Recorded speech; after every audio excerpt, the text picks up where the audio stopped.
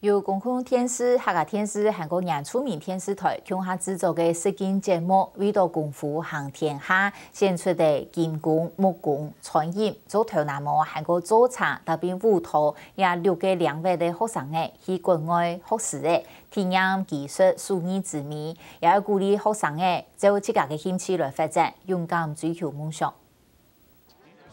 那等一支钳，一捆金属线钳，也是真肉糖食盘嘅家伙，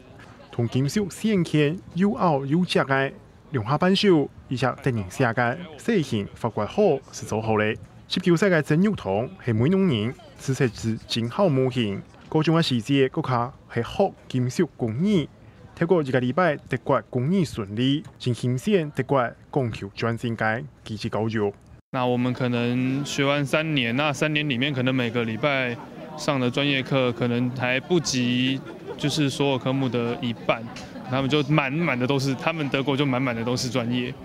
韩国带头中华嘅蔡一中，係喺日本成功學完全種茶，還有自然農法，同茶廠嘅社長，還有在地農民互通接觸了後，明認識到日本對技藝嘅堅持。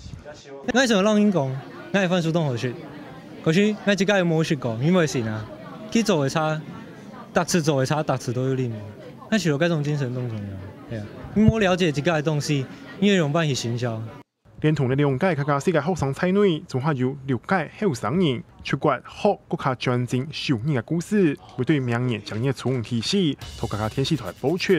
並要利用安尼來鼓勵青少年尋到自家興趣，行出自家的路。客家新聞賴冠義廖啟正台北報道。